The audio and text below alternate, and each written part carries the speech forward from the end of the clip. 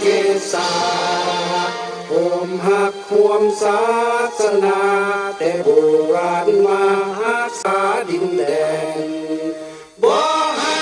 สะใดมาล้วนลาวมีรบกวนหน้าแก่สิ่งเราให้ขึ้นเขามาดูวุ่นวายสุจนตัวตายทานศัตรู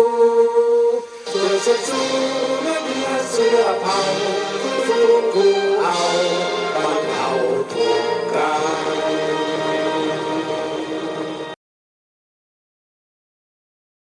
รายการ3 กระบอกเสียงเป็นรายการสร้างสะพานมิตรภาพทางจิตวิญญาณระหว่างปวงชนชาวลาวทั่วทุกมุมโลกให้ได้รับข้อมูลอันเต็มไปด้วยเนื้อในที่มีสาระและทันกับเหตุการณ์โดยผ่านการกระจายเสียงจากสำนักข่าวองค์การโฮมลาวเพื่อสันติภาพและประชาธิปไตยการเผยแพร่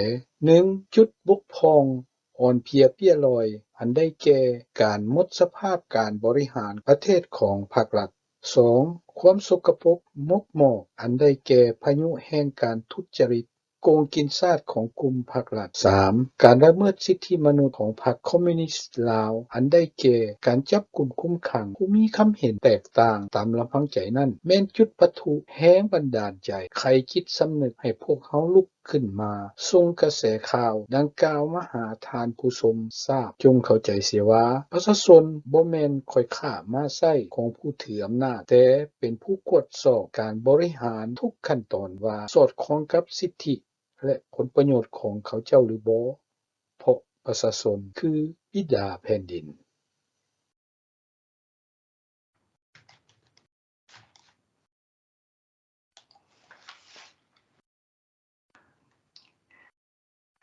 ขอนอบน้อมและกราบไหว้คุณศรีรัตนตรัยคุณแก้ว3ประการ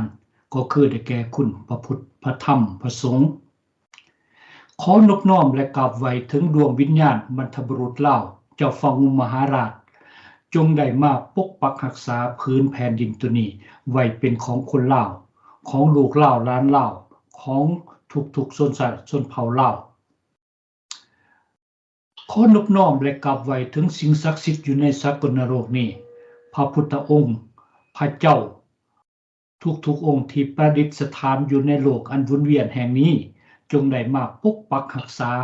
ทหารยูเครนที่กำลังต่อสู้เพื่อเอาอิสรภาพและประชาธิปไตยในเขตน้ำแดนดินของเขาและขอวิงวอนให้ทุกๆพระองค์ในโลกนี้จงให้ประเทศยูเครนนี้จงมีชัยชนะสงครามอันหีบด่วนเพราะรัสเซียเป็นผู้ลุกลานขอแสดงความเคารพนับถือท่านวรังคำสุขประธานสภาขององค์การโฮมลาวเพื่อสันติภาพและประชาธิปไตยพร้อมทั้งเป็นประธานขององค์การพันธมิตรเพื่อประชาธิปไตยในลาวประจำสหรัฐอเมริกาขอแสดงความเคารพนับถือเพื่อนลาวทุกๆทวนหน้าซึ่งประกอบด้วยทหารข้าราชการในครูในหมอชาวหนุ่มลาวนักเรียนนักศึกษาพระสงฆ์องค์ข้าเจ้าพร้อมด้วยประชาชนลาวทุกทวนหน้า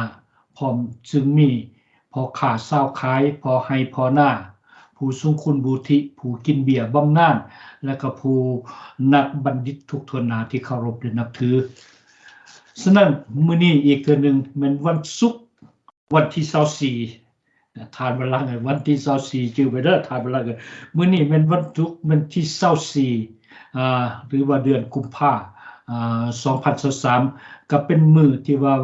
การครบรอบของ1อาทิตย์ของการกลับมาของ3กระบอกเสียงที่ให้ความหมายมั่นแก่พ่อแม่พี่น้องเฮาจะนำเอาข่าวของการเปลี่ยนแปลงอยู่ในโลกนี้มาเล่าสู่กันฟังเพื่อเป็น2ทางให้พ่อแม่พี่น้องได้ติดตามฉะนั้นอีกตัวนึงเนาะมื้อนี้ที่นี่แม่นสถานีโทรทัศน์กระจายเสียงของโลกประชาธิปไตยที่ถ่ายทอดสดจากศูนย์กลางองค์การโฮมลาวเพื่อสันติภาพและประชาธิปไตยจากประเทศแคนาดาซึ่งแม่นภาคตะวันตกของประเทศแคนาดาและก็พร้อมร่วมกับการออกอากาศร่วมกับ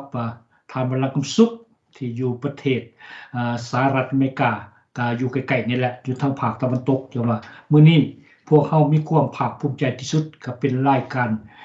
ถือว่าเป็นรายการพิเศษอีกตัวหนึ่งที่เขาจะมาโอ้ลมอยู่ในรายการมื้อนี้เนาะฉะนั้นแหละอยู่ในกระทู้มื้อนี้พวกเขาก็มี3กระทู้ใหญ่จะโอ้ลมนี่กระทู้ตัวที่1เขาจะมาเว้าถึงเรื่อง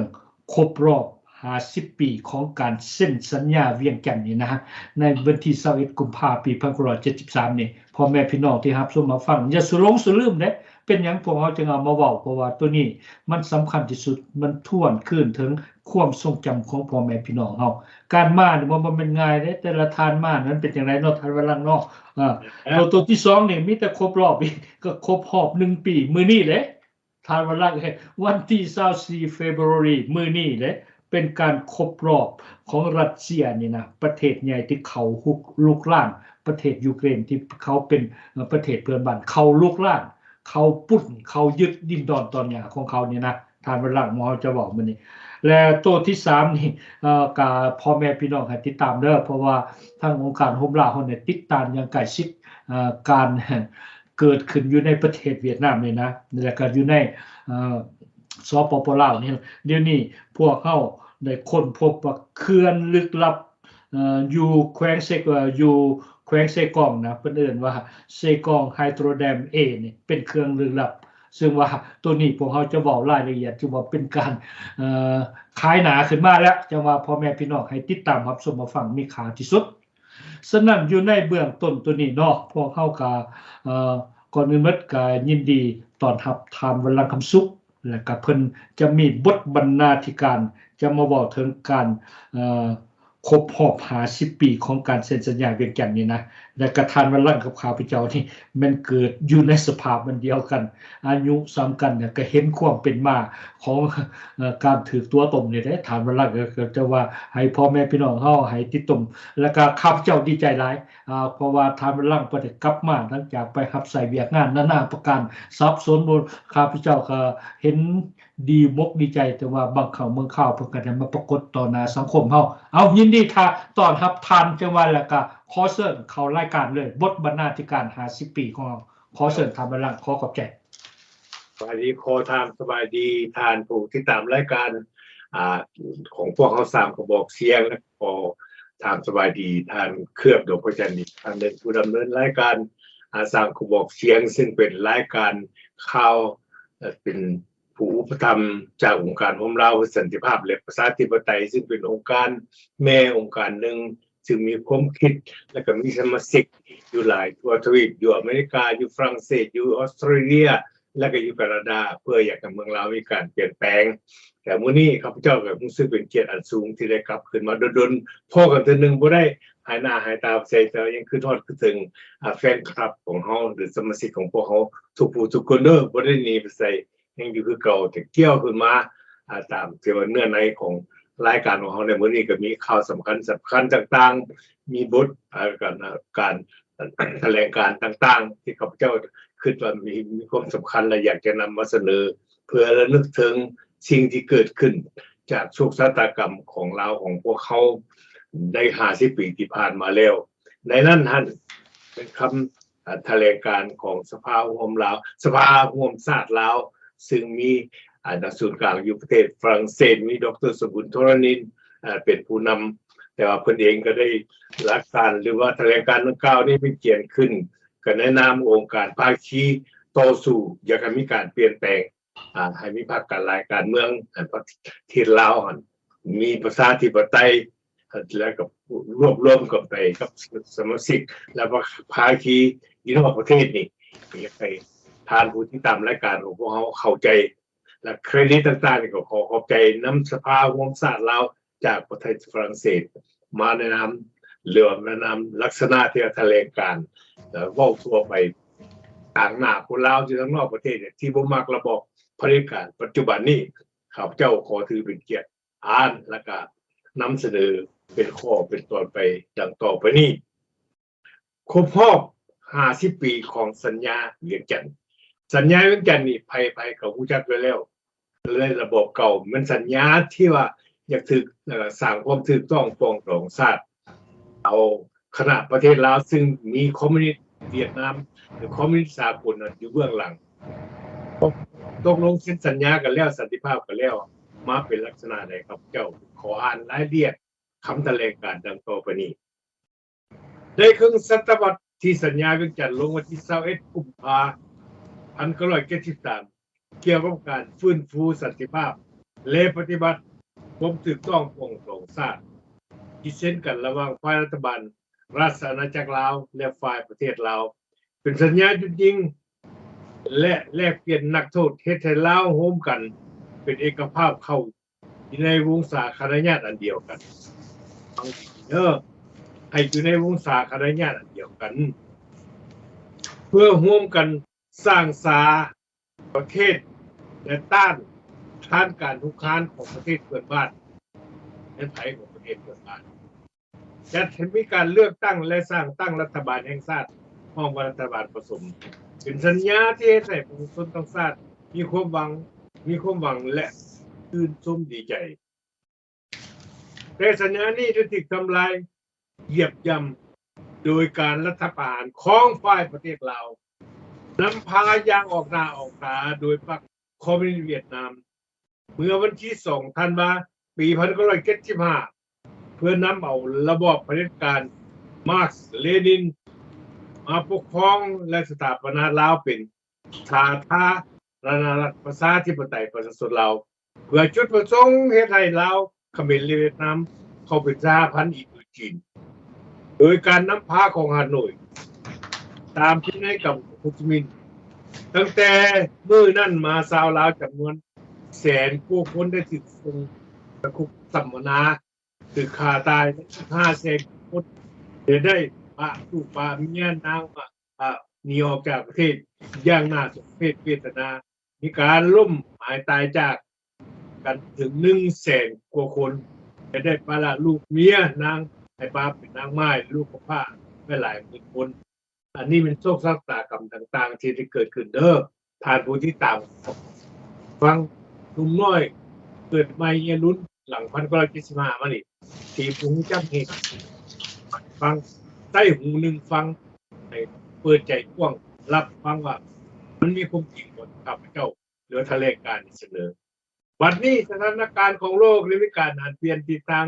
การปกครองไปทางเสรีประชาธิปไตยแล้วแต่ลาวยังปกครองแบบเผด็จการโดยพรรคการเมืองพรรคเดียวอยู่คือพรรคประชาชนปฏิวัติลาวซึ่งเป็นสาขาของพรรคคอมมิวนิสต์อินโดจีนจึงพาให้ประเทศล้าหลังด้วยพัฒนาประชาชนทุกข์ยากขาดอิสรภาพได้กลายเป็นคนตาบอดหูหนวกปากกึกแม่ปากบ่ได้อายบ่ดังมีการจับกุมคุ้มขังประชาชนตามอำเภอใจมีการโซลาดบังลวงและผู้มีความยุติธรรมในสังคมอันนี้เป็นสภาพตัวจริงที่เกิดขึ้นในปัจจุบันนี้จะมีเหตุปฏิเสธได้โดยเฉพาะคนอยู่ในเมืองลาวปัจจุบันนี้นอกนี้ภาครัฐยังได้อนุญาตให้สาวต่างด้าวมาสัมปทานที่ดินกำหนดยาวนานถึง99 ปีญาติแยงเอาทรัพยากรธรรมชาติล้ำค่าพุดค้นโปแฮตัดไม้ทำลายป่ายึดเอาดินดอนต้นหญ้าซึ่งเป็นมูลมรดก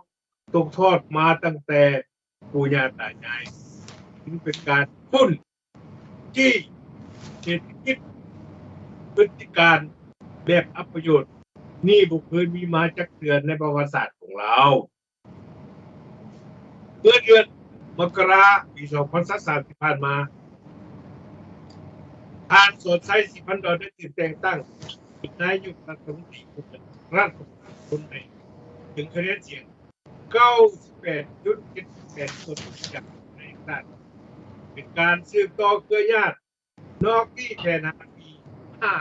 พรรครัฐเฮ็ดให้เฮ็ดการ5 ปีรัฐได้ปฏิบัติมาได้40 กว่าปีก็สามารถแก้ไขความทุกข์ยากด้วยพัฒนาประชาชนขึ้นมานายกคนใหม่นี้เจ้าประเหตุพอทำไต่ลักเอาเงินลูกสายแต่กุศนีสมัยฝรั่งปกครองแล้วตัวนี้ไปหาเบียนวิน นำพาโดยโฮจิมินห์และต่อมาก็นำเอาทหารแก้วแดง 70,000 คนเข้ามายึดเอาดินแดนลาวเป็นคนเท่าดังนั้นต่อหน้าเหตุการณ์อันเศร้าสลดนี้พวกเขาพาฮูบเราพาชาติเราพร้อมด้วยสมาชิกภาคีอื่นประกอบด้วยพลังประชาชนพลังประชาธิปไตยและประชาชนหัวชาติรวมกันเพื่อต่อต้านระบบเผด็จการทุกรูปแบบได้เห็นว่ามันถึงเวลาแล้วที่พี่น้องเราบรรดาชนเผ่าว่าแห่งชาติบรรดานายและพลทหารนายและพลตำรวจรัฐกรพนักงานโอนาเกษตรกรนักธุรกิจพ่อค้าสาวขายนักศิลปินนักศึกษานักเรียนนายหนุ่มหญิงสาวเรานักประสบสำเร็จนักปฏิบัติและบรรดาสมาชิกของพรรครัฐทุกประเภทจะต้องพากันลุกขึ้นเฮ็ดทุกวิถีทางให้มีการเปลี่ยนทิศทางการเมืองโดยด่วนเหมือนดังประชาชนของบรรดาประเทศในภาคยุโรปตะวันออกภาคโซเวียตหรือรัสเซียในโมมานีบรรดาประเทศตะวันออกกลางที่ได้ตื่นตัวลุกขึ้นประท้วงขับไล่ผู้นำต่อราชประท้วงปกครองโดยมีความยุติธรรมเพื่อปลดปล่อยตัวเองพวกเขาเองออกจากต้องสู่แห่งอำนาจเผด็จการผมย้อนว่าพวกเขานี่คือที่หลอกลวงตัวต้มมาได้หลาย10 ปีแล้วในกรณีของเราเขาเกือบครึ่งศตวรรษเต็มครึ่งศตวรรษ5 ปีแล้วซึ่งพวกแตกต่างอย่างกันกับพี่น้องเราพวกเขาที่ได้ถึงหักหลังตัวต้มมาได้เกือบ50 ปีแล้วฉะนั้นขอให้พวกท่านจงเอาเป็นตัวอย่างทั้งนี้ก็เพื่อให้ลาวพ้นออกจากความทุกข์ยากด้วยพัฒนาและให้ลาวเข้าในวงศาคณะญาติอันเดียวกันในวงศาคณะญาติอันเดียวนี่ก็คือลาวในลาวนอกให้ขึ้นกับเข้าหากันถือต้องความสามัคคีกันเข้ากับสภาพการของโลกตามยุคตามสมัยที่สำคัญเพื่อตอบสนองความเรียกร้องต้องการอันนี้ก็เรียกเป็นน้ำของประชาชนเราพวกเขานักต่อสู้เพื่อประชาธิปไตยขอเรียกร้องอย่างเดียวให้ผู้นำเผด็จการพรรครัฐปฏิบัติต้องด้วยบรรดานักการเมืองและจิตสำนึกทั้งหมดที่ยังถูกคุกขังอยู่ในอยู่อย่างให้มนุษยธรรมโดยบ่มีเงื่อนไขอย่างใด2ยุติการจับกุมคุมขังประชาชนพวกชาติเกี่ยวข้องให้มีเสรีภาพนับถือสิทธิมนุษย์ให้มีหลายพรรคการเมืองและประสบปฏิรูปการของประเทศตามแก้ไขปัญหาการเป็นอยู่ก็คือปัญหาของชีพปากท้องประชาชนที่ประชาชนเกิดครบทุกอย่างในปัจจุบันนี้ส่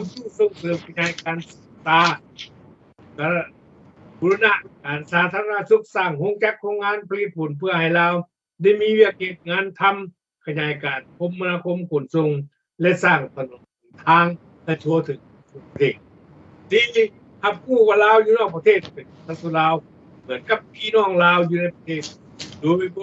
ดยมีสิทธิเสมอภาพในทุกๆด้านและถือว่าประเทศลาวเป็นของประชาชนลาวทุกส่วนหน้าที่อยู่ภายในและนอกประเทศสาวลาวที่อพยพอยู่ต่างแดนประเทศย้อนย่านการหนีออกจากประเทศย้อนการลุกรานของแก้วแดนต้องมีกลับคืนสู่มาตุภูมิโดยรักษาสัญชาติลาวเหมือนเดิมเหมือนประชาชนลาวในประเทศพวกเขาเจ้าบ่ได้ตัดสัญชาติและบ่ได้ออกและสัญชาติลาวออกนำอำนาจใดๆจักเถื่อพวกเขาบ่เคยตัดสัญชาติเลยปาละความเป็นลาวของพวกเขายกเว้นการขอวีซ่านี่สำคัญเข้าประเทศฟื้นฟูสันติภาพฟื้นฟูสัญญาต่างๆที่เป็นผลประโยชน์ให้แก่คนลาวและลบล้างสัญญาที่ละเมิดต่ออธิปไตยของชาติลาวเล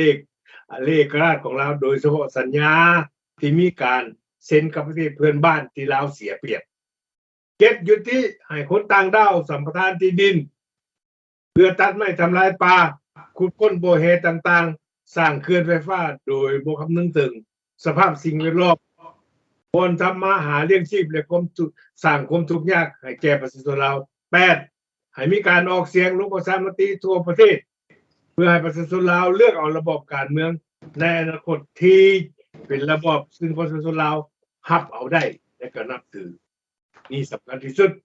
พี่น้องลาวทุกส่วนหน้าอยู่ในและนอกประเทศที่ฮักแพงและนับถือประชาชนลาวพวกเขา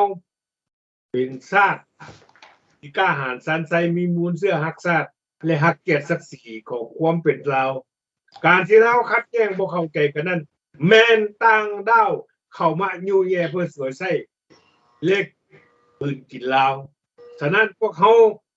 พวกแล้วที่จะต้องสืบต่อในการถือเอาความฮักชาติเป็นใหญ่และถือเอาว่า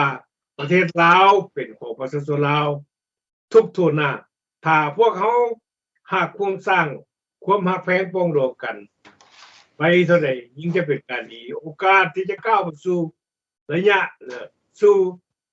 ะปฏิรูปสร้างสาพัฒนาประเทศก็ยิ่งจะไวขึ้นและจะเป็นโอกาสให้ประชาชนลาวพ้นออกจากความทุกข์ยากและให้ประชาชนให้ประเทศชาติมีความเจริญก้าวหน้าเหมือนดังประเทศที่รุ่งเรืองในโลกด้วยเหตุนี้พวกเขาสภาห่วมลาวและภาคีอาจจะตั้งต่อสู้อื่นจึงขอเรียกร้องมายังพ่อแม่พี่น้องประชาชนลาวภาคชาติทุกโทนหน้าที่อยู่ภายในและนอกประเทศโดยมุ่งกับแนกเชื้อสั้นชนเผ่าการเชื่อถือทุกเพศวัยจงมาปุ้มรุมร่วมกันตามความสามารถของเราเพื่อซองทางที่จะมีการปฏิรูปเฮ็ดเปลี่ยนการปกครองประเทศให้เกิดขึ้นขอบใจ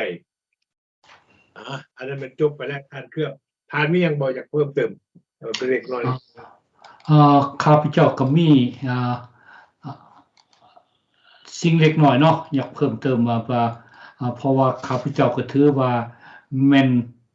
นประธานเอกแม่นอันนั้นนะทานมาลังเลยแม่นพี่ญาณเอกผู้หนึ่งซะแล้วก็ทานเองและข้าพเจ้าก็แม่นเกิดอยู่ในสภาพการที่1973นี่นะทานเด้เมื่อมันเป็นแนวนี้แหละจังว่าข้าพเจ้าอยากเพิ่มแนวนี้เพื่อว่าอยากให้พ่อแม่พี่น้องเข้าใจนำกันนี่นะขอขอบใจเนาะทานบรรลังเนาะถึงว่าบทบรรณาธิการที่เขียนขึ้นนี่ของ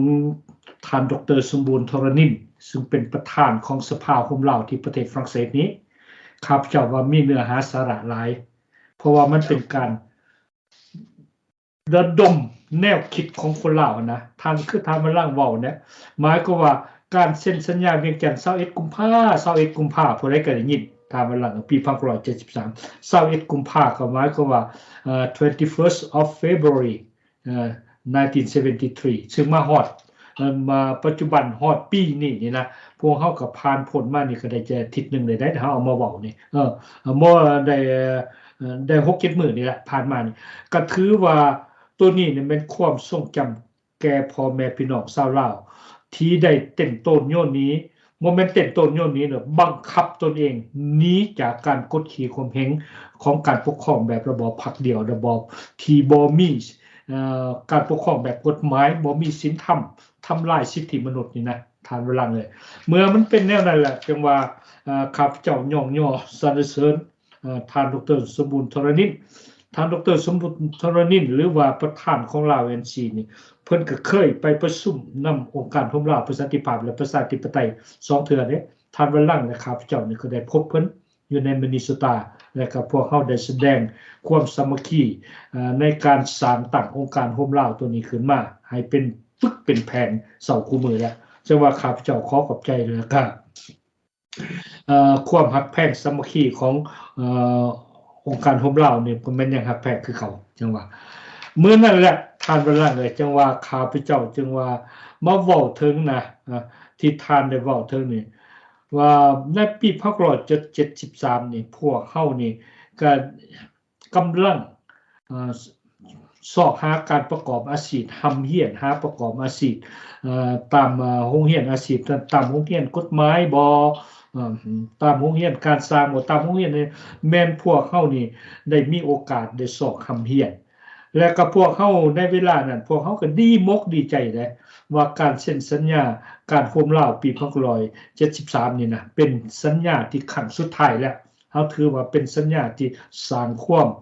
ฮักแพงสามัคคีคนลาวเฮาบ่มีการขัดแย้งกันระหว่าง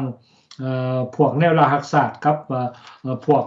รัฐบาลเวียงแก่นนี่นะประเดินนะรัฐบาลเวียงแก่นนี่เห็นบอกมันก็เป็นการฟังแต่ว่ารัฐบาลเวียงแก่นกับแนวราหักศาสตร์มันเป็นการคันฟังแล้วมันบ่เข้าท่าเด้ทางเวลาเลยเมื่อหมายความว่ารัฐบาลเวียงแก่นนี่มันบ่ถือได้คันเป็นรัฐบาลของพื้นแผ่นดินลาวนี่มันถือเพราะว่าในเวลานั้นเฮาก็แม่นอยู่เฮาปกครองแบบระบบราชาธิปไตยหรือว่า monarchy constitutional นะมีพระบาทสมเด็จพระเจ้าเป็นประมุขแต่ว่าการเป็นประมุขของเพิ่นนี่มาถูกต้องตามกฎหมายเด้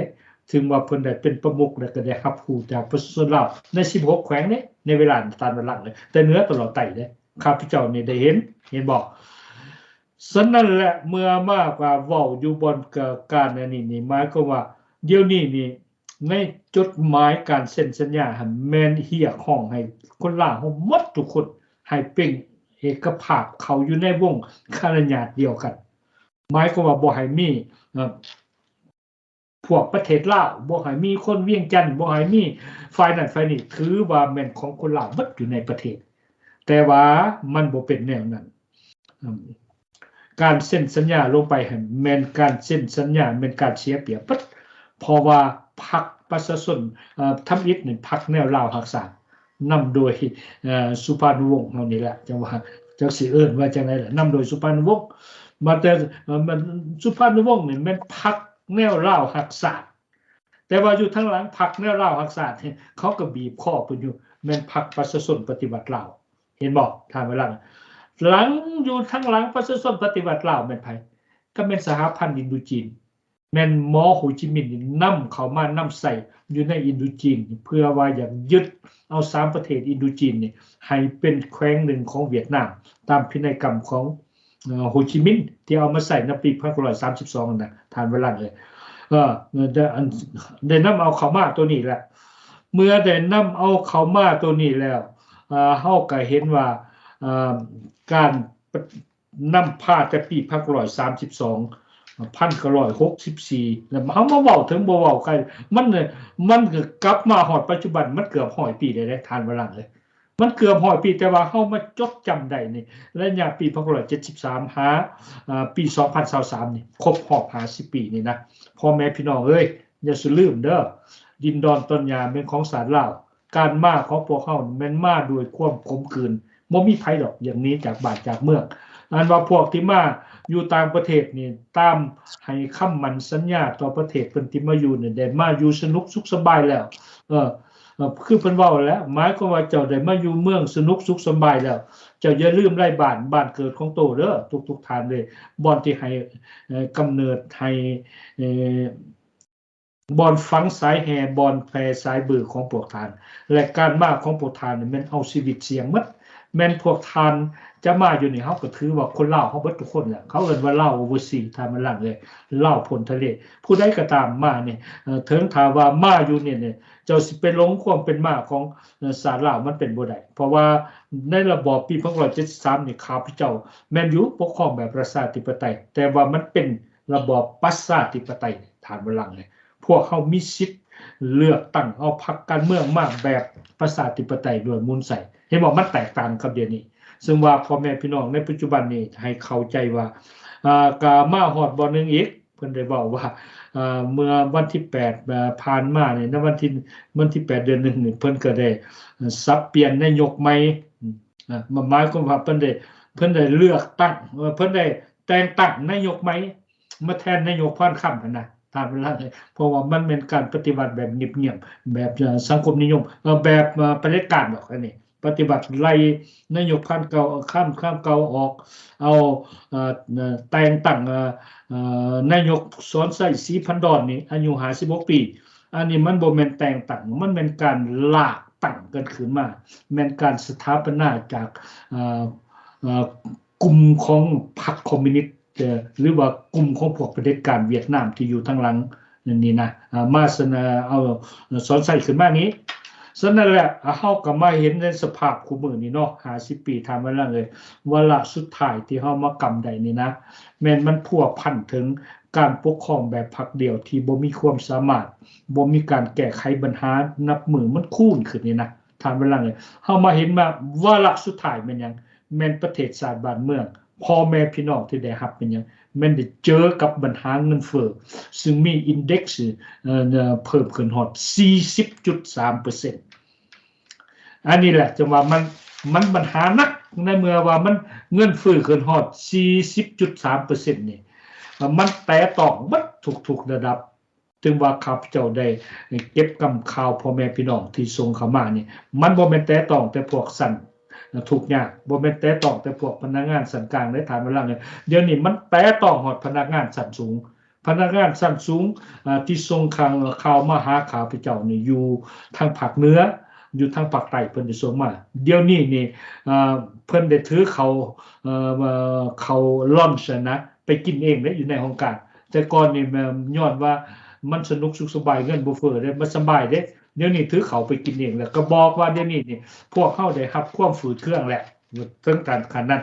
เดี๋ยวนี้แหละก็ในปัญหาเรื่องเงินเฟ้อฮอด 40.3% นี่นายกสอนใส่คนใหม่นี่จะเอามันลงได้บ่คันได้ 40.3% สิเอาลงมาให้ชีวิตประชาชนดีขึ้นอันนี้มันเป็นการทดสอบนายกคนใหม่นี่เด้อท่านเวลาเลยแต่ว่าข้าพเจ้าเบิ่งว่าเบิ่งเบิดทุกแนวหอบด้านหมายความว่ามันเป็นบ่ได้นับมื้อแต่ลงเหวเนาะเอาขอส่งให้ทานขึ้นขอขอบใจสรุปแล้วก็พวกเขาจะไปปัญหา2เจ้าขอขอบใจน้ำท่านเครือบสิ่งที่อยู่ในกล่าวในคำแถลงการณ์มันเกิดขึ้นวันที่2ธันวาคม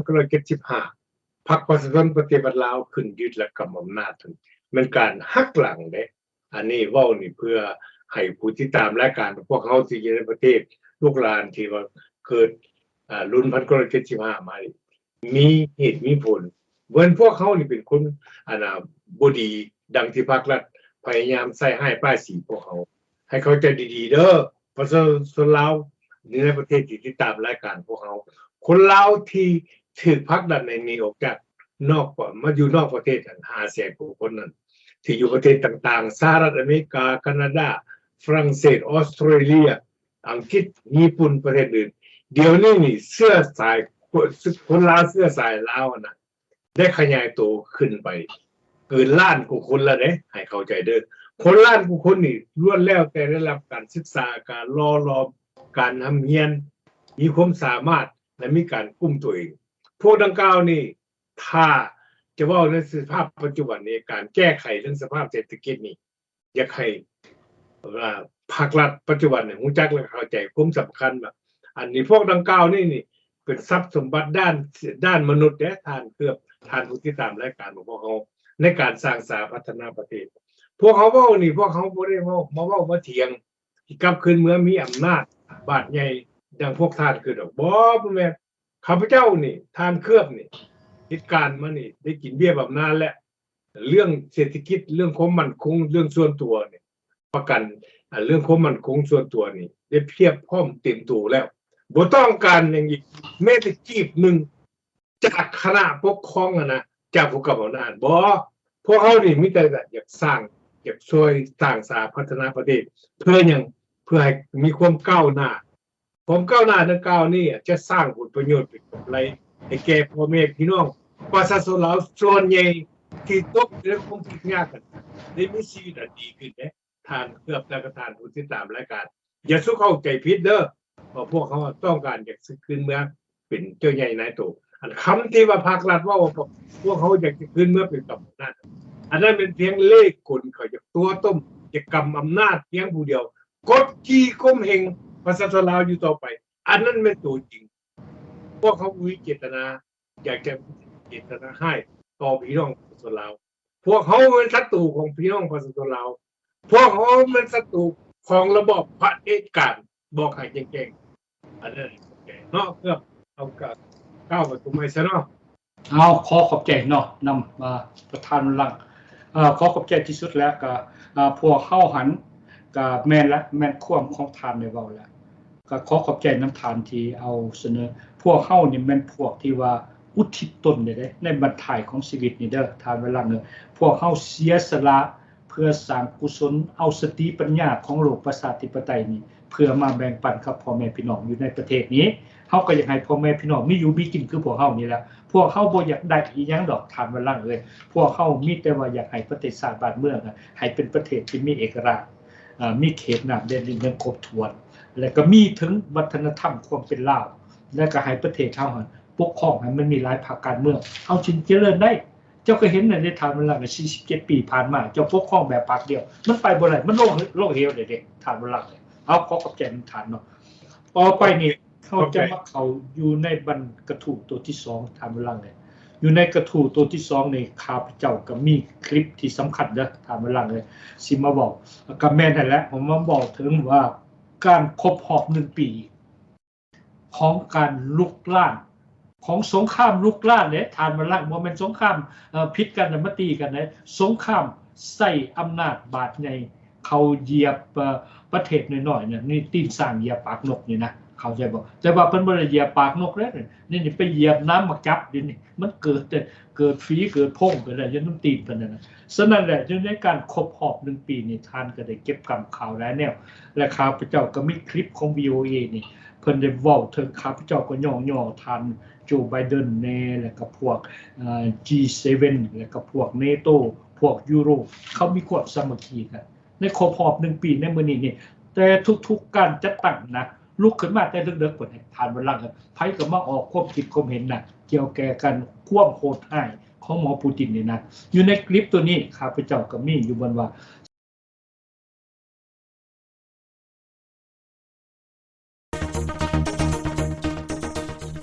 ขณะนี้ท่านกำลังรับฟังสถานีวิทยุ VOA ภาคภาษาลาวกระจายเสียงทุกๆวันจากวอชิงตันดีซีนครหลวงของสหรัฐ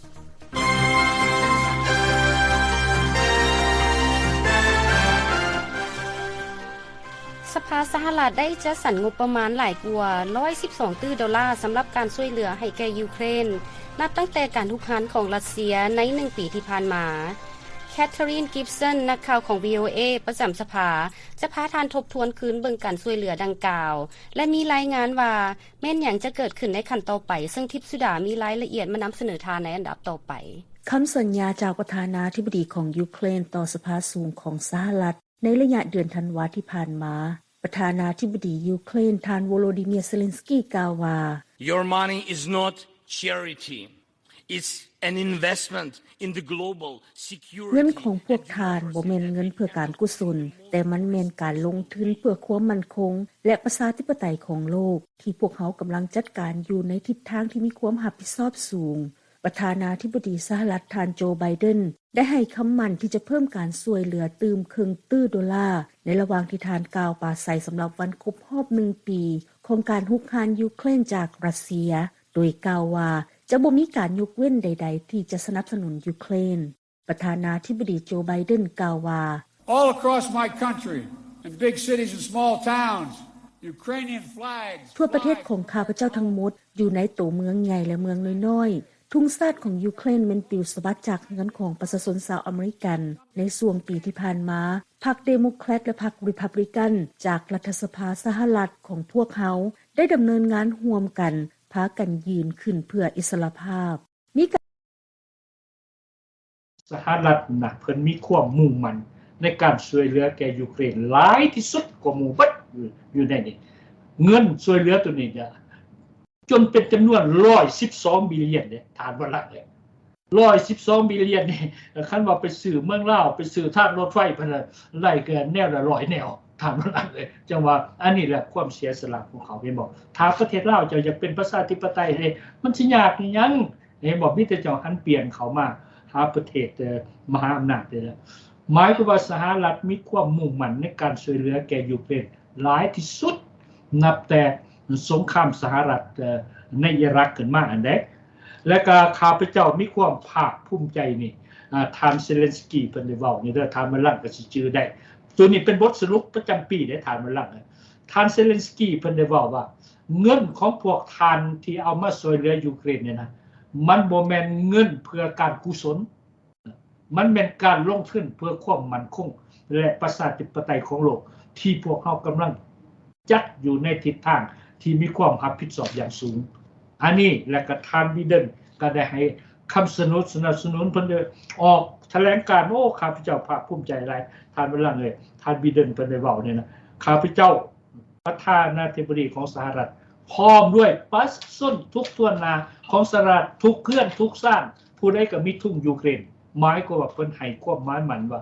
จะให้ช่วยเหลือการยูเครนจนได้รับชัยชนะครั้งสุดท้ายเอาท่านวลังมีหยังเพิ่มเติมครับขอเชิญทานเอาประกอบส่วนนอกอยู่ในครบรอบ1ปีนี่มันมีบทบาทหลายขอเชิญทานขอขอบใจเจ้าท่านผู้ติดตามรายการสามกระบอกเสียงของพวกเขาเสียไปอีกครั้งหนึ่งวันที่24กุมภาพันธ์2023วันนี้เป็นความสำคัญที่สุดในปี2022ครับ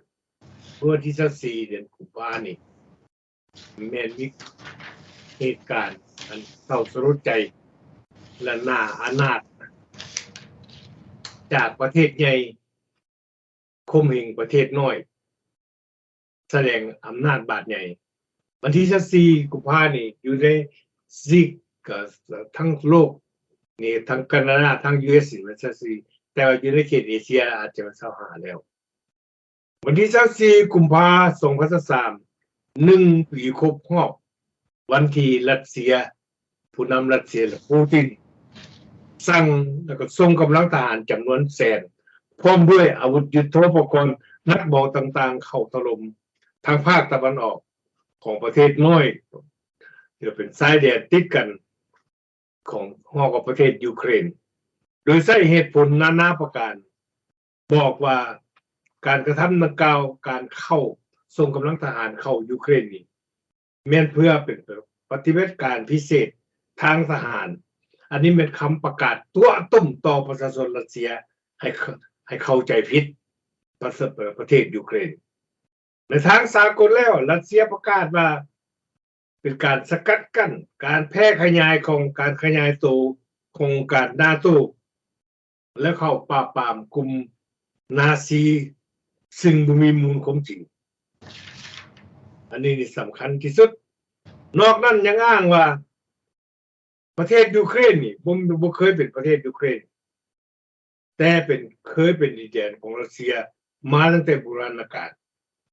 บ่มีสิทธิ์ที่จะกลายเป็นประเทศมีเอกราชได้การใช้กำลังทหารเข้าบุกรุกอย่างโหดเหี้ยมนี่นะรัสเซียได้ถล่มและสร้างอาชญากรรมสังหารฆ่าประชาชนเด็กน้อยผู้ใหญ่ทุกๆคนที่บ่เป็นทหารนั้นมางเพเฮือนศาลโรงเรียนโรงหมอโรงจักรต่างๆโรงจ่าย energy พลังงานสถานที่สาธารณะประโยชน์ถูกทำลายอย่างย่อยยับทั้งที่สถานที่ดังกล่าวมานี่บ่มีความหมายทางยุทธศาสตร์ทางทหารเลยทหารรัสเซียและทหารยูเครนล้มตายเป็นแสนๆทั้งสองฝ่ายเดี๋ยวนี้ทหารรัสเซียถูกเสียชีวิตฝ่ายรัสเซียเด้ออันนี้ตามสถิติของผู้สังเกตการณ์แปลภาษากลเด้145,000 กว่าคนแล้วจนฮอดมื้อนี้ปัจจุบันนี้นี่สำคัญที่สุดรัสเซียยูเครนก็เช่นเดียวกันรัสเซียใช้แผนเข้ายึดดินแดนยูเครนตั้งใจไว้นี่เป้าหมายได้อย่างใดได้บรรลุอย่างใดนักสังเกตการณ์ทั่วไปได้คำเห็นว่าส่วนแล้วตีราคาบ่รัสเซียกับเบ็ด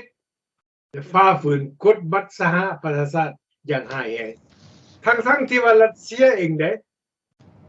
เป็นประธานอยู่ใน5ประเทศของ Permanent Security Council มีรัสเซียสหรัฐฝรั่งเศสอังกฤษและจีนซึ่งถือว่าเป็นผู้นำหน้าและเป็นพ่อเป็นแม่ขององค์การเป็นประธานอยู่ในสหประชาชาตินำพาโลกนี่ให้มีสันติภาพในกฎบัตรของสหประชาชาติมาตรา3บอกว่าห้ามประเทศใหญ่ส่งกำลังเข้ายึดเอา หรือว่าใช้กำลังรุนแรงเข้ายึดเอาประเทศดินแดนพูนอันนี้มันจงแจ้งที่สุดเป็นรัสเซียบ่ได้ปฏิวัติรัสเซียฝ่าฝืนกฎบัตรสหประชาชาติอย่างร้ายแรงท่านผู้ชมที่เคารพไผจะว่าจังไดก็ตามอันนี้เป็นความจริงมันยอดให้เข้าใจลักษณะส่วนใหญ่1 ปีที่ผ่านมาสหประชาชาติได้ประชุมกัน5 ครั้งได้5 ครั้งได้การประชุมกันแต่ละเทื่อแม่นประนามรัสเซียเรียกร้องให้รัสเซียถอนกำลังออกจากประเทศยูเครนครั้งสุดท้ายของประชุมประนามรัสเซียแม่นวันที่23เดือนกุมภาพันธ์ปี2023มื้อวานนี้นี่เอง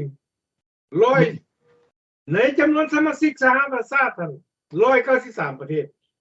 141ประเทศประนามให้รัสเซีย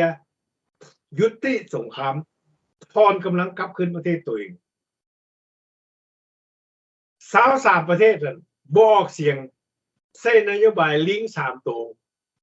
บ่ปากบ่ได้ยินและก็บ่เห็นขาดเครื่อง7ประเทศสนับสนุนว่ารัสเซียเฮ็ดถูกเบิ่งเอาเอง141ประเทศประนาม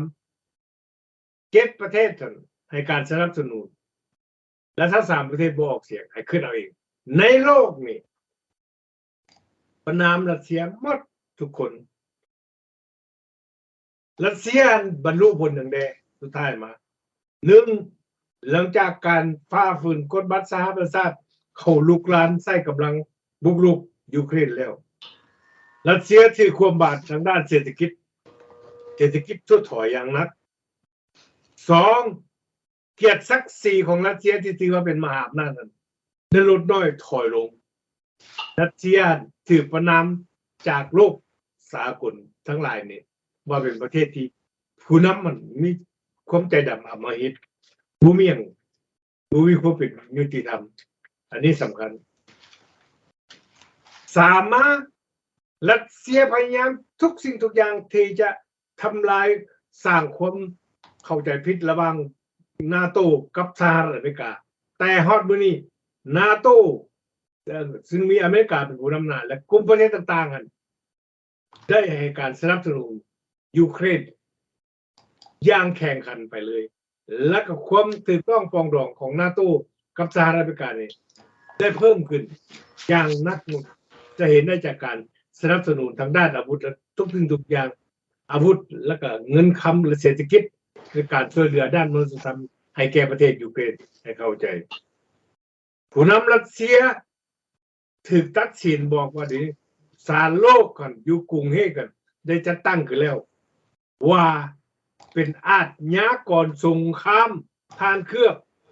แม่นแล้วทำรายการของพวกเขาให้ฟังคักๆอันนี้สุดท้ายกองทัพรัสเซียมื้อนี้วันที่4มีการพยากรณ์หรือว่าตีราคาลวงหน้าว่าสิทำการบุกรุกอย่างหนักเป็นรอบ2แต่ว่าทางทหารแล้วรัสเซียนี่อ่อนเพลียเต็มทีแล้วรัสเซียบ่มีทหารเพียงพอรัสเซียได้ใช้ทหารรับจ้างห้องว่าแวกเนอร์น่ะพร้อมเดียวกันนั้นก็อาศัยทหารของชนเผ่าเชเชนนั้นมาลบมาทำสงครามในยูเครนอันนี้เป็นความจริงให้ติดตามรายการของพวกเขาท้ายสุดมารัสเซียได้อย่างรัสเซียบ่ได้การอำนาจของปูตินคณะกับอำนาจปัจจุบันนี้ถูกท้าทายจากประชาชนรัสเซียอย่างหนักหน่วงที่สุดในปัจจุบันกองทัพของรัสเซียได้พิษกันกับกองทหารรับจ้างแวกเนอร์นี่กองทหารแวกเนอร์นี่คอมเพลนเฮ็ดหนังสือขึ้นไปบอกว่าบ่ได้รับการสนับสนุนด้านอาวุธจากกองทัพรัสเซียทำให้ทหารรับจ้างแวกเนอร์ซึ่งเป็นคนรัสเซียและทหารรับจ้างคนอื่นๆอีกที่มาซอยได้ล้มตายเป็นจำนวนแสนๆแล้วปัจจุบันนี้เท่านั้นล่ะข้าพเจ้ามีความคิดเห็นสั้นๆอยากเว้าให้ผู้ที่ตามรายการของพวกเขารายการของพวกเขาให้รู้จักเรื่องสภาพตัวจริงอย่าไปลงทุนคุ้มโฆษณาชวนเชื่อหรือเฟกนิวต่างๆ ขอให้มีสติระวังตัวบ่อนใดที่มีความบ่มีความยุติธรรมมันน่ะบ่อนนั้นจะเกิดโอลหนขึ้นดังที่สภาพการเกิดขึ้นในรัสเซียและยูเครนปัจจุบันนี้ขอขอบใจท่านทุกขอขอบใจนำประธานบัลลังก์ให้พ่อแม่พี่น้องรับชมรับฟังอันนี้แม่นความจริงเบิดที่พวกเฮาเอามาเว้าอยู่ในปัจจุบันนี้แล้วก็แม่นพวกเฮาก็เห็นแม่นการครบรอบ1ปีในการออกมื้อนี้นี่ออกรายการของ3กระบอกเสียงมื้อนี้แม่นมื้อวันศุกร์ที่24ท่านบัลลังก์เอ้ยข้าพเจ้าก็มีแนวสังหรณ์ใจท่านบัลลังก์เป็นหยังมันจะเหตุการณ์ของพวกเผด็จการมันเกิดขึ้นแต่เดือนกุมภาเดือน2นี่นะท่านบัลลังก์ก็คือเฮาได้เว้ามานี่แหละการเซ็นสัญญาสันติภาพเวียงจันทน์นะที่เฮาเว้าในปีในปี1973นะก็แม่นวันที่หยังวันที่23กุมภาเห็นบ่แม่เดือนกุมภาเด้อันนี้ก็แปลว่า21กุมภากุมภาบาท21กุมภาท่านบัลลังก์บาดนี้เฮามาเบิ่งอีกต่อมานี่มาการยึดอำนาจของเถามิงออนไลน์นี่นะอยู่พม่านี่นะก็เป็นวันที่1กุมภาวันที่1ที่2กุมภา2ปีผ่านมาเนี่ย2021เห็นบ่บาดนี้เหตุการณ์มันเกิดขึ้นนี่เฒ่าเจ๊กเขาเหยียบม้ามเฒ่าแก้วในปี1997หั่นนะก็เป็นวันที่17กุมภาพวกแก้วก็มาเอาข้าพเจ้ามาฟัง1979 1979กุมภาขอบใจเมื่อล่ะมาบัดนี้แล้วก็แม่นเดือนกุมภาอีกแล้วพวกแก้วเขาจะเว้าได้ว่าพวกเขาประชาชนแก้วทั้งหลายนี่ที่ได้เฮ็ดเสือกับเจกในมื้อวันที่17เดือนกุมภาพันธ์1979พวกเฮาสิพากันหลงลืมบ่แก้วเขาถามได้ถามเมื่อล่ะอยู่ในประเทศนี่หมายก็ว่าเฒ่าเงียนซันฟุกนี่บ่แม่นเฒ่าเงียนฟูตรองนี่เข้าไปหาเจกเลยนี่เอาเหรียญอันนั้นมาปกข้อเพิ่นน่ะนะท่านว่าเหรียญเสน่ห์เพิ่นเอามาปกข้อเฮ็ดให้เฒ่าเงียนฟูตรองนี่เข้าไปหลงไหลเฒ่าชีเจียงปิงแต่ว่าประชาชนเวียดนามเขาบ่พร้อมเด้เขายังเจ็บแสบอยู่พวกที่เสียองค์เรื่องสงครามปี1979นะท่านว่ายังมีเป็นแสนเด้อยู่ในเวียดนามพวกค้ากุดค้าขาดถือ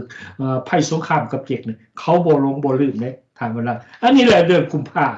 มานี่เฮาก็มาเบิ่งอีกว่าการลุกลามเขายึดเอาประเทศอื่นคือเฒ่ารัสเซียเฮ็ดนี่ก็มาเฮ็ด24กุมภาพันธ์เดือนกุมภาพันธ์นี่มันเป็นเดือนที่สังมันเป็นเดือนอาถรรพ์แก่พวกเผด็จการบ่หรือว่าเพิ่นกำลังนี่มาเพิ่นสังร่วมเหตุการณ์ของพวกเผด็จการที่เกิดขึ้นบ่ให้มันยากมันซ่าบ่ไปเบิ่งอยู่ในเดือนกุมภาพันธ์มันก็มีเบิดแหละพวกเผด็จการมันเฮ็ดสังนี่นะถ้าเวลาเลยจะว่าแต่ว่าตัวนี้เฮาก็ขอขอบใจเนาะแต่ว่าแล้วก็อยู่ในการครบรอบ1ปีนี่นะท่านเวลาเลยข้าพเจ้านี่มีความสะเทือนใจอยู่ในนี้ข้าพเจ้าได้เห็นท่านประธานาธิบดีของสหรัฐออกมาแต่ดึกๆพุ่นเด้ออกมาให้ความมาให้ความปราศัยต่อโลกนี่นะท่านประธานาธิบดีโจไบเดนเพิ่นได้กล่าวว่าทั่วประเทศของข้าพเจ้าทั้งหมดอยู่ในตัวเมืองใหญ่และตัวเมืองน้อยๆทุ่งศาสตร์ของยูเครนแม่นปิวสะบัดจากเคลื่อนของประชาชนชาวอเมริกาเห็นบอกในช่วงปีที่ผ่านมาพรรคเดโมแครตและพรรครีพับลิกันจากรัฐต่างๆพวกเฮาได้ดำเนินความสามัคคีร่วมกันพากันยึดมันเพื่อปกป้องความมีเอกราชความมีอิสรภาพอันนี้ข้าพเจ้าภาคภูมิใจหลายอยู่ในการเว้าอันนี้นี่หมายความว่าข้าพเจ้าเว้าเบิ่งแล้วก็ข้าพเจ้ามาตีราคาเบิ่งนี่นะท่านว่าล่ะท่านบิเดนนี่เพิ่นตัดสินใจไปเยี่ยมยามประเทศยูเครนนาทีสุดท้ายนะหมายความว่าอันนี้มันบ่งบอกว่าเพิ่นนี่แหละเป็นผู้นำทุ่งไสสนะนี่เข้าไปให้ประเทศยูเครนเนี่ยในปัจจุบันให้ทุกคนเข้าใจผู้ใดก็ตามที่ไปเว้าหั่นน่ะผู้ใดที่เอานโยบายของรัสเซียมาใส่นี่นโยบายของรัสเซียนี่มันมาใส่นี่นะท่านว่าล่างจือบ่แต่1964แต่1973นี่บ่ได้ดนนะมีแต่9ปีได้อยู่บ้านเมืองเฮานี่เกิดศึกเสือเนื้อไตนี่นะ1964นี่แม่นการสู้ยันกันระหว่างการแพร่ขยายระบอบคอมมิวนิสต์กับการปกป้องโลกประชาธิปไตยอยู่บ้านเฮานี่นะให้จื้อไว้เด้ออันนี้บ่าเฮาเสียบ้านเสียเมืองนี่แม้นการกระทำของพวกโคไทยรัสเซียนี่ ทานวันลังเลยให้เข้าใจในนั้นเพราะว่ามันระบบของพวกเผด็จการนี่มันใส่แต่อาวุธ2อย่างนี่อาวุธตัวที่1มันหยังถามว่าล่ะอาวุธตัวที่1นี่มันใส่คำบอกข่มขู่ประเทศน้อยๆว่าเพิ่นมีหยังๆก็ว่าเพิ่นดีกว่าหมู่บ่ทันแล้วอันนี้มันการข่มขู่และนโยบายตัวที่2มันใส่หยังมันใส่สงครามโพรพากันดาเขาเอิ้นว่าสงครามโฆษณาส่วนเสือมาคือถ้าเห็นท่านปูตินเว้าคู่มือนี่แหละเพิ่นรายงานเว้าไปเว้ามามันคือคนบ้านี่มันบ่มีความจริงจักแนวนะทานวันหลังคิดว่าแนวใดข้าพเจ้าเห็นแนวนั้นจังว่ามันเป็นแนวนั้นในทานวันหลังเลยเมื่อมาเห็นแนวนี้แหละจะว่าเฮาก็บัดนี้เฮาจังว่าก็ดีมกดีใจก็ได้ล่มอยู่ใน2กะทิผ่านมาแล้วเนาะก็ให้เฮาเชื่อมั่นพ่อแม่พี่น้องในโลกประชาธิปไตยคนผู้เดียวนี่สิตีกับคน145 141ประเทศนี่เบิดโลกประชาธิปไตยจะสิมาเอาชนะนี่แล้วก็การข่มขู่ที่ใส่คือข้าพเจ้าข่มขู่มันสิเอานิวเคลียร์นี่มาปราบโลกสิบ่ให้โลกเฮานี่มีล่ะมันคือว่ามีแต่นิวเคลียร์เพิ่นพูดแต่ว่าพระเจ้าออกมามันสิแตกซะเพิ่นเองนะถ้าว่าเขาประกันแนวนั้นแหละนิวเคลียร์มันเป็นไงเด้อเท่าเกาหลีก็ประกาศว่า 2-3 มื้อยิงตกยิงก็ยิงได้แล้วบ่ยิงหัวยิงอันนี้นะอาวุธทางไกลเพิ่นขีปนาวุธเพิ่นมันบ่มีรถเด้ท่านว่านั่นคันมันจะเอารถลูกทอเฮือนทอซ่านไปใส่ยิงไปมันสิบ่คือเตาหามหงนี่บ่อึดอัดแม่นเขายิงตกทางอันนั้นมันน้ำหนักมันบ่มีเจ้ายิงลูกหัวเป่าเจ้าก็ยิงตกไกลได้แต่ว่าเจ้าสิค้นออกมาจากทำจะพูดมันเห็นบ่ได้เนาะมันลั่งเลยอันนี้ขอขอบใจเจ้าว่าเอาพวกเฮาก็จบอยู่ในกระทู้ตัวที่2นี่ผ่านมาเฮาจะเข้าไปอยู่ในกระทู้ที่3ก็เหมาะสมแล้วตามมันลั่งเลยการอบรมเฮามานี่ก็มีแต่ได้50นาทีเด้ออยู่ในกระทู้ตัวที่3นี่พวกเฮาสิมาเว้าคือทานมันลั่งเว้าหั่นแหละเดี๋ยวนี้นี่หมายก็ว่าข่าวที่มันเกิดขึ้นนี่นะอยู่ในประเทศเวียดนามนี่นะเดี๋ยวนี้นี่ประเทศเวียดนามนี่มันมีอยู่ทางภาคใต้ของลาวเนี่ยมันมีการเสื่องเล็บเสื่องหยังไดฐานว่าละเดี๋ยวนี้นี่เพิ่นค้นพบว่าเขื่อนเซกอง A นี่นะเขาเอิ้นว่าไฮโดรแลบนี่แม่นเครื่องลึกลับเด้เขื่อนลึกลับอันนี้เขาจับได้จากซัตเทอร์ไลท์ของพวกคนขัวเกี่ยวแก่กับกลุ่มแม่น้ำคองนี่นะทานมันล่างเนี่ยเขาจะเข้ารายละเอียดนี่เนาะตัวนี้นี่เนาะหมายความว่าเขื่อนไฟฟ้าเซกอง A นี่สร้างขึ้นมาเนี่ยในบทกระทู้ที่เพิ่นเว้าอยู่ใน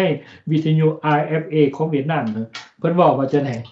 ประเทศแก้วแล้วเอาปืนยิงขาตัวเองยิงตีนตัวเองถามว่าอะไรความหมายอันนี้มัน expression ของพวกเวียดนามพวกเฮาได้ติดตามแล้วเพราะว่าเรื่องสภาพการของเวียดนามนี่มันเกิดการโอรหุนหนแห้งนะพวกเฮาได้ติดตามอย่างใกล้ชิดเด้อใน3อาทิตย์ผ่านมานี่พวกเฮาได้เว้าถึงการแตกแยกของพรรคคอมมิวนิสต์เวียดนามถามว่าเลยพรรคคอมมิวนิสต์เวียดนามเป็นการขัดแย้งญาติอำนาจกันระหว่างเถาเงียนฟูตรองกับเถาเงียนซันฟุกเถาเงียนฟูตรองเนี่ยหลังจากมากลับไปประเทศจีนกลับมานี่หมายก็ว่าเป็นพวกฮาร์ดไลน์เลยยังมีความเชื่อมั่นต่อลัทธิมาร์กเลนินนี่อยู่นะเพิ่นนะลัทธิที่ว่าใส่อำนาจเผด็จการนี่แต่ว่าเงียนซันฟุกนี่เป็นคนมีหัวก้าวหน้าหันทิศทางไปสู่โลกประชาธิปไตยเห็นตลาดของยุโรปเห็นตลาดของประเทศไทยเห็นตลาดของสหรัฐนี่เป็นบ่อนขยายเศรษฐกิจของเวียดนามอันนี้มันถูกต้องที่สุดมันถูกต้องตามความเห็นดีของพวกสาวหนุ่ม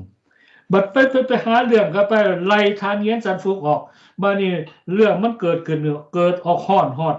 พรรคคอมมิวนิสต์ศูนย์กลางเวียดนามเด้เกิดเอามาคนขัวทางเงินซันฟุกบ่มีความผิดหยังหมดว่าเราไปเฮ็ดการสอราชบังหลวงมาเราไปพัวพันกับการเฮ็ดยากับเวียดเอในการต้านพยาธิโควิดลูกเมียเราบ่มีหยังบัดไปกวดมาบัดนี้เลยเกิดเป็นการหาเรื่องคือการซื่อๆยากตำแหน่งกันนี่มันบ่ทันแล้วได้ถามว่าลังเลยอันนี้จังว่าเฮาได้รายงานแล้วก็อยู่ในเวียดนามในปัจจุบันนี้ก็แม่นเปรียบหลังจากเห็นการปั่นป่วนและประชาชนนี่เขารู้สึกว่าเพิ่นบ่มีความโปร่งใสเลยล่ะระหว่างพรรคเถาเงียนฟูตรองกับเมียนซัมฟุกนี่หมายก็ว่าตัวต้มเขามากก็ได้47ปีคือกันกับลาวนั่นแหละทานบ่ลังแต่เพิ่นกำอำนาจนะเพิ่นตัวต้มเขามันเขารู้สึกแหละบาดนี้มาเนี่ยซัมบ่นำนี่ในเมื่อเพิ่นผิดกันแล้วโลกตะวันตกนี่นะทานบ่ลังเขาขาดความไว้เนื้อเชื่อใจในการไปลงทุนในเวียดนาม เดี๋ยวนี้นี่พวกบริษัทพวกเวียดนามพวกที่ว่าเฮ็ดเกิบนะฐานว่าล่ะเฮ็ดเกิบรีบ็อกบอกเกิบมีคุณภาพเสื้อดีๆที่มาขายอยู่สหรัฐอเมริกานี่เกิดมีการว่างงานเนี่ยพอสหรัฐเขาบ่ซื้อเด้ในถึงเขาบ่มีความไว้วางใจเด้เพราะว่าเพิ่นคัดแยงเท่าเงินฟูตรองเพิ่นคัดแยงสิเอาไปผลิตที่เมืองเก็กบ่อันนี้เนาะเอาเฮากลับเข้ามาอยู่ในนี่เด้อตัวต่อมานี่อยู่ในกระทู้ตัวสุดท้ายนี่นะท่านวันลังคำสุขเลยจังว่าเฮาจะมาเว้าถึงว่าเวียดนามเพิ่นกำลังเอาปืนยิงตีนตัวเองนี่ความหมายมัน expression ของเวียดนามแม้นเพิ่นแม่นเขื่อนไฟฟ้าเซกองA แดมไฮโดรแดม A นี่แม่นเขื่อนที่สร้างขึ้นมาแบบลึกลับคือเรียกว่า mysterious build ลึกลับแม่นหยังแม่นลึกลับเพราะว่าเอกสารการลงนามสัญญาบ่ได้เฮ็ดถูกต้องอันตัวที่1ลึกลับนี่ตัวที่2และก็บ่ได้เปิดเผยต่อสาธารณะมหาชนและก็บ่ได้รับรู้จากคณะกรรมการ MRC เด้อ่านบ่ล่ะเอ้ยเพิ่นเฮ็ดขึ้นมานี่เพราะว่าการเกี่ยวแก่กับเรื่องการลึกลับนี่หมายความว่าเดี๋ยวนี้เนี่ยแม่นท่านไบรอันไอเลอร์นี่นะผู้think tank ของพวก Stem Cell Washington นี่นะพวกอันนี้นี่เขามี satellite อยู่ทั้งเทิงพุ่นเด้คนเบิ่งการทำลายแม่คองนี่เขาไปเห็นอยู่ในเขื่อนเซกองเขาไปเห็นว่ามันเขื่อนไฮโดรเอนี่มันอีสังโพโวขึ้นมาเลยก็เป็นเขื่อนที่ว่าผิดกฎหมายสร้างขึ้นมาอันนี้มันสร้างความปั่นป่วนหลายในปัจจุบันนี่ทานเวลาเลยฉะนั้นแล้วอยู่ในอันนี้นะยิ่งตามการรายงานของทานนี่ว่าเพิ่นได้บอกว่าสภานานาศาสตร์ที่เกี่ยวข้องกับการอนุรักษ์ธรรมศาสตร์เขื่อนไฟฟ้าเซกองเองนี่แม้นถูกสร้างขึ้นผิดกฎหมายที่เป็นบ่อนทำลายหรือสร้างความเสียหายอันมหาศาลต่อการประมงในประเทศกัมพูเดียและเฮ็ดให้อันนั้นเดลต้าอยู่ในกงยุคภาคใต้ของแก้วนี่เฮ็ดให้แผ่นดินเฮ็ดให้ดินเจือนเด้ถามว่าเลยเฮ็ดให้ประเทศเวียดนามนี่น้อยเขาด้วยเขาเลยเด้นี่เพิ่นจะมาอันนี้มันเป็นความห่วงใยของพวกที่ว่าปกปักรักษาธรรมศาสตร์นี่แหละจังว่าจังว่าทานว่าลังเพิ่นได้เก็บกับแนวใดเฮาจะมาแลกเปลี่ยนความคิดความเห็นกันผู้นึงจะหานาทีเนาะให้พ่อแม่พี่น้องเข้าใจเกี่ยวแก่การค้นพบและก็การให้ความคิดความเห็นของนักวิชาการทานไบรอันไอเดอร์นี่นะเพิ่นเป็น Director of Southeast Asian เปิดรับผิดชอบเรื่องโปรแกรม Energy หรือว่าผู้อำนวยการแผนการพลังงานเอเชียตะวันออกเฉียงใต้หรือว่าองค์การพลังงานเป็นอันนามของเพื่อสร้างให้มีความยืนยงเนาะเอาขอเสิร์ชทานโอเคครับก่อนจะเข้านะเขาจะเข้าเข้าไปเรื่องเขื่อนผิดกฎหมายเขื่อนลึกลับอยู่น้ำเซกองเนี่ยข้าพเจ้าเก็บกลับคืนมาหน่อยนึงก่อนจะจากไปนี่เกี่ยวกันกับสภาพสถานการณ์อยู่ในยูเครนนี่นะพอให้มันเข้าใจกันลึกซะเพราะว่า 2-3 มื้อที่ผ่านมานี่ประธานาธิบดีโจไบเดนจะเป็นผู้นำของฝ่ายตะวันตกหรือฝ่ายประชาธิปไตยฝ่ายนาทีตื่นก็ว่าได้ไปทำการเยี่ยมยามประเทศยูเครนไปถึงเมืองกีฟการปรากฏตัวของท่านไบเดนอยู่คาปิโตลของยูเครนของเมืองเอกของประเทศยูเครนนี่เป็นการสร้างบทบาทภาพพจน์อันแข็งแกร่งของ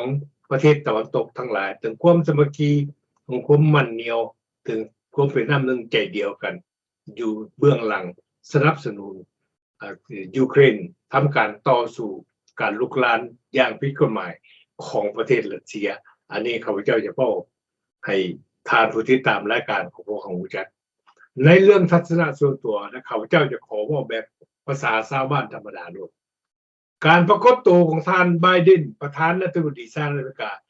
ที่กรุงเคียฟนะเป็นสัญลักษณ์อันลึกซึ้งที่สุดสำหรับข้าพเจ้าเป็นการประกาศไซสนะของประเทศในที่ประเทศตะวันตกในการยืนต้านรัสเซียบ่ยอมลดละให้รัสเซียเอาเปรียบเอารัฐประเทศตะวันตกใส่เล่ห์กลต่างๆที่ผ่านมารัสเซียเคยโตเป็นประเทศที่ผู้นำดอกประชาชนรัสเซียก็เป็นคนดีอยู่เฮาก็เบิ่งเฮาก็รู้จักแต่ว่าผู้นำเผด็จการของมันก็คือกันกับผู้นำ ประเทศการอยู่ในลาวอยู่ในเวียดนามเดียวกันลักษณะ mentality อันเดียวกันทานเคลือบแต่ว่าการไปปรากฏตัวไปประกาศยืนเคียงข้างเคียงบ่าเคียงไหล่กับประธานาธิบดีเซเลนสกี้เป็นภาพพจน์สำคัญที่ระทึกใจที่ข้าพเจ้าที่สุดเลยให้กำลังใจแก่ประชาชนชาวยูเครนและประชาชนในทั่วโลกที่ฮักความสันติภาพเนี่ยที่บ่มักความบุญยุติธรรมนี่อันนี้นี่สำคัญที่สุดเป็นการแสดงออกถึงชัยชนะได้ชัยชนะของประเทศที่มักประชาธิปไตยอันนี้จะให้พ่อแม่พี่น้องท่านผู้ติดตามของรายการอันพวกเขาได้ฟังให้รับทราบร่วมกันตัวที่สองมารัสเซียย้ำในก็ประกาศว่าอาวุธนิวเคลียร์ทานเคลือบเพิ่นประกาศแล้วเพิ่นว่าเพิ่นสิอนาคตยุติบ่หัวมือทางด้านการควบคุมอาวุธนิวเคลียร์ปูตินประกาศเองมือต่อมาข้าพเจ้าจะเว้าแนวนี้อาวุธนิวเคลียร์มีแต่รัสเซียหั่นบ่อเมริกาบ่มีบ่อังกฤษบ่มีบ่ฝรั่งเศสบ่มีบ่อิสราเอลบ่มีบ่พวกนี้เป็นพันธมิตรใดของนายทุนเล็กก็ว่าได้รัสเซียยิงเป็นโนรัสเซียแล้วจรวดนะนิวเคลียร์นะ10ลูกเท่านั้นนะแต่ละเบื้องนะ10ลูกเท่านั้นยิงทำลายโลกนี่ได้รัสเซียก็มี1,000 กว่าลูกอเมริกาก็มี1,000 กว่าลูกคือกันอันนี้บ่ให้จริงแกล้งเด้ออันนี้บ่แบบลักษณะที่ว่าแบบเป็นอันตรพานบัดเรื่องคุณภาพได้ท่านมันหลังอันนี้เฮาบ่เกี่ยวบ่เรื่องคุณภาพเนี่ยแต่ขอแต่ว่ายิงไปก็มันทำลายแบบก็เสียหมดรัสเซียกล้าสามารถสิฆ่าตัวตายได้ก็ยิงลองมึงดูจรวดรัสเซียน่ะอันนี้บ่แบบภาษาชาวบ้านเด้อมันข้าพเจ้าเองบ่โอเคผู้อื่นบ่รับผิดชอบเนาะอันนี้ข้าพเจ้ารับผิดชอบเพียงผู้เดียวอันนี้เป็นคำเห็นของข้าพเจ้าบ่เรื่องอาวุธนิวเคลียร์เพราะนั้นแหละ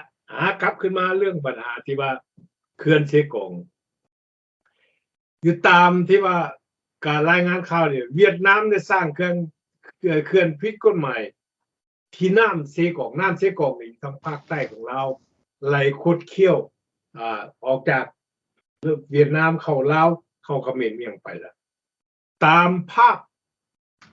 ถ่ายทั้งดาวเทียมเป็นหลักฐานและตามการแถลงการของดร. ไบรอัน เออร์ลีฟเพิ่นเป็นหัวหน้าติดตามเฝ้าติดตามมีก่อการธรรมชาตินี่นะทานเกือบอยู่ในของเขตเอเชียเพิ่นรายงานในเมื่อวันที่14เพิ่นบอกว่าเวียดนามได้สร้างเขื่อนอยู่ในแม่น้ำเซกงถือว่าการปรากฏการสร้างเขื่อนดังกล่าวนี้เวียดนามบ่เคยได้ประกาศหรือว่าติดต่อกันกับวงการแม่น้ำคลองบ่เคยแม่ฮู้จักเลยเป็นการสร้างเขื่อนขึ้นและเขื่อนดังกล่าวนี้การสร้างขึ้นแบบผิดกฎหมายนี้มันจะได้สร้าง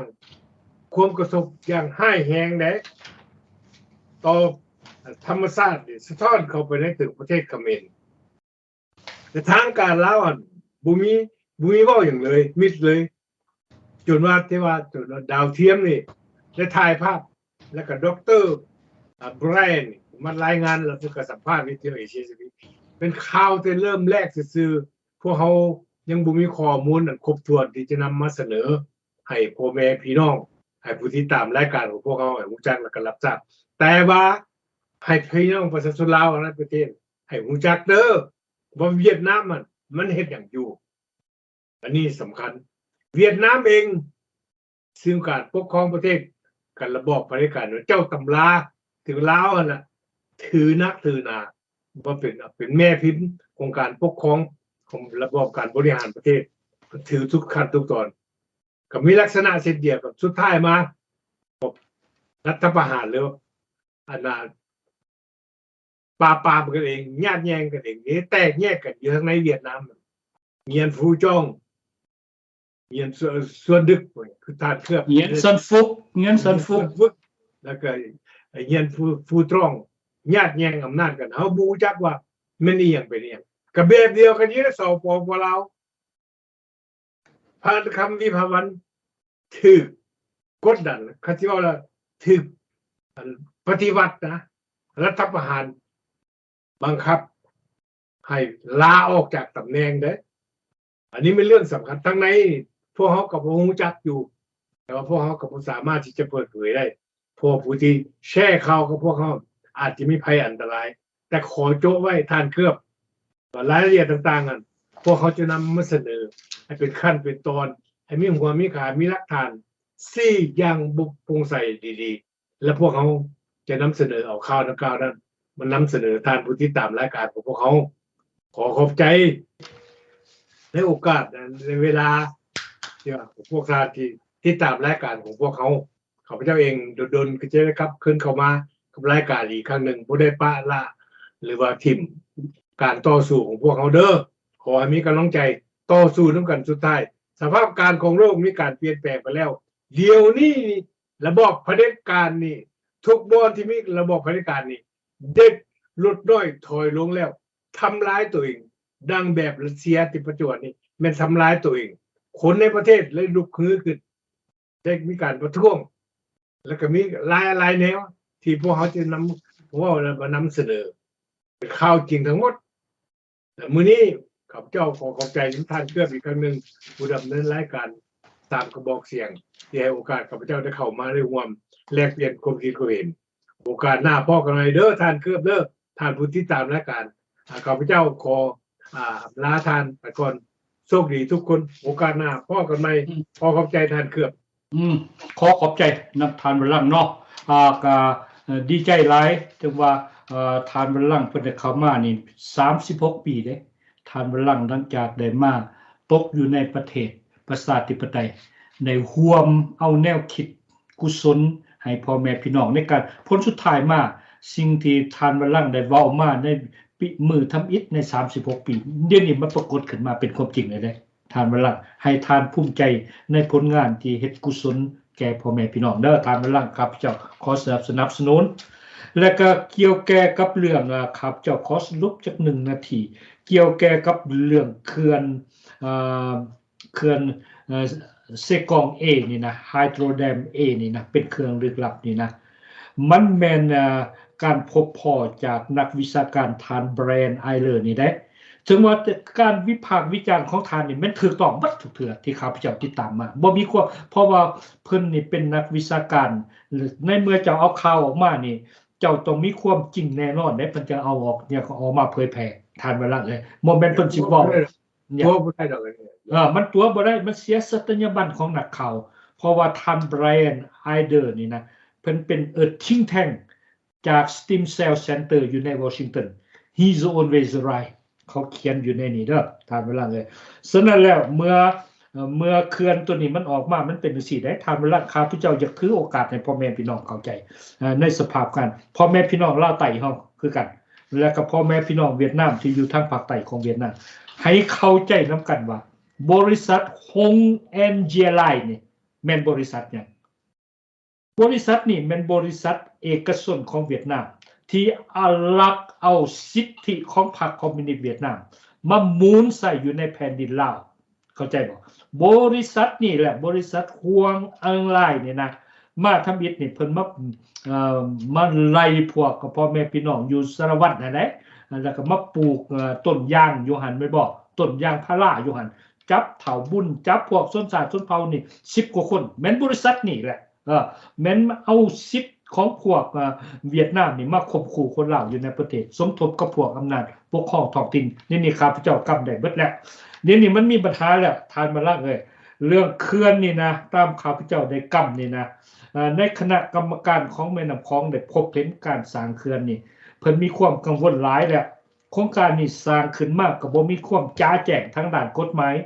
ที่ก็จะใกล้สำเร็จแล้วอยู่ในนี่เห็นบอกและการลงทุนสร้างเขื่อนนี่แม่นเทวดาขายหน้าเด้อทำลั่นเลยบ่แม่นไปสร้างเขื่อนใส่กองได้เพิ่นนี่พวกนี้เอาทุนไปสร้างเขื่อนหลวงพระบางนี่เด้ทำลั่นเลยเห็นบอกเอาไปสร้างเขื่อนนี่มันพวกบัดเทาหัวหน้าอันนี้นี่นะบริษัทฮวงแอนจีไลน์นี่นะก็เป็นพรรคพวกของพวกเขาคอมมิวนิสต์เดี๋ยวนี้เขาจะ เขาอยู่ในการให้การของแบรนด์ไอเลอร์นี่นะพวกดังกล่าวที่มาหากินอยู่ในดินลาวนี่แม่นพวกที่สราดบางหลวงแม่นผิดกฎหมายของเวียดนามเขากำลังติดตามอยู่ในคู่มือเด้ท่านเวลาแม่นเพราะว่าพวกนี้เขาเสื่อเขาจะว่าคำว่าเจ้ามาเบิ่งว่าพวกนายพลนายพันบ่พวกครอบครัวอีสังอยู่ภาคใต้ของลาวนี่นะเพิ่นหังเพิ่นมีน้ำแก้วนี่นะทั้งหมดนี่แม่นพวกพันกับพวกผิดกฎหมายออกจากเวียดนามนี่มามูลใส่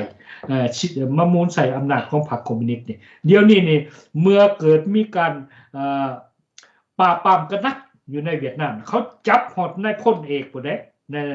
ท่านอีสังและข้าพเจ้ามีบันทึกอยู่ในนี้เขาจับหอดนายพลเอกในระดับเดียวกับเท่านายพลวิไลลาคำฟ้องบ่ได้ท่านเวลาเลยจับขึ้นสอบสวนเดี๋ยวนี้เห็นบ่บัดนี้นี่พวกดังกล่าวนี่เพิ่นแตกกันแล้วแต่เขาเบิ่งว่าพวกที่เขามาหาผลกำไรอยู่ในเวียดนามอยู่ในลาวเพิ่นหางเพิ่นมีมาสร้างเรือนสร้างชาตินี่ทั้งหมดแม่นเพื่อ abuse power ของพรรคคอมมิวนิสต์เวียดนามและพวกนี้มันคือกล่าวหาในคดีซอราดบางหลวงอันนี้มันเกิดสับสนแหละพ่อแม่พี่น้องท่านว่าล่ะให้พ่อแม่ติดตามคือท่านว่าล่ะบอกในบรรทายนี่พวกเฮาก็แน่นอนแล้วพวกเฮาก็ในคำเว้าตัวสุดท้ายนี่ข้าพเจ้าได้จดจำไว้เด้อท่านว่าล่ะข้าพเจ้าได้จดจำไว้ในการเขียนของทำแบรนด์นั่นเพิ่นเป็นบทสรุปของเพิ่นว่าถึงเวลาแล้วที่เวียดนามต้องลงมือก่อนมันจะสายเกินไปก่อนมันจะสายเกินไปจำเป็นต้องดำเนินการก่อนที่มันจะสายเกินไปนี่ทางแบรนด์ในปัจจุบันเป็นว่าในการซับเปลี่ยนตำแหน่งผู้นำของรัฐบาลเวียดนามในวาระเกี่ยวของมันมีการพัวพันหลายสิ่งหลายอย่างเกี่ยวกับการสอราดบางหลวงของเวียดนามมาใส่สิทธิอำนาจอยู่ลาวอันนี้ขอให้พ่อแม่พี่น้องจงติดตามพวกเฮาจะเอาข่าวตัวนี้ออกมาติดตามให้พ่อแม่พี่น้องแล้วก็เป็นโอกาสให้พ่อแม่พี่น้องเข้าใจถึงการสูญเสียของประเทศชาติเนาะทานวลังในบรรทายบ่มีหยังครับเจ้าก็ขอขอบใจนำทานวลังความสุขที่ได้ถือโอกาสเข้ามาให้แนวคิดแก่พ่อแม่พี่น้องเฮาอยู่ในวาระครบรอบ50 ปีเด้ทานวลังของการเซ็นสัญญาเวียงจันทน์แล้วก็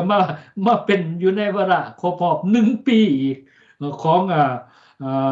งการลุกลานของรัสเซียเข้ายูเครนอันนี้เป็นเกียรติที่สุดของพวกข้าพเจ้าทั้งสองที่ได้มานั่งแบ่งปันความคิดให้พ่อแม่พี่น้องที่ได้รับชมรับฟังในมื้อนี้เนาะและในบรรทายบ่มีหยังพวกเฮาก็ขอวิงวอนให้ทุกๆท่านที่รับชมรับฟังจงมีความ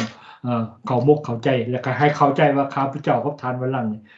แม่นลูกหลานของพ่อแม่พี่น้องในประเทศเวลาใดพวกเฮาก็แม่นมีเลือดลาวมีความเป็นลาวคือกันลาวนอกลาวในก็เป็นลาวคือกันนั่นแหละตามว่าลังเลยในบรรทายเฮาก็ขอสั่งลาพ่อแม่พี่น้องก็ให้ทุกคนเข้าใจและก็ให้ติดตามรายการของ3กระบอกเสียงทางลังเพิ่นจะมาเอาการแก้ไขตัวนี้จนกว่าบางทีเพิ่นสิเข้ามาจนฮอด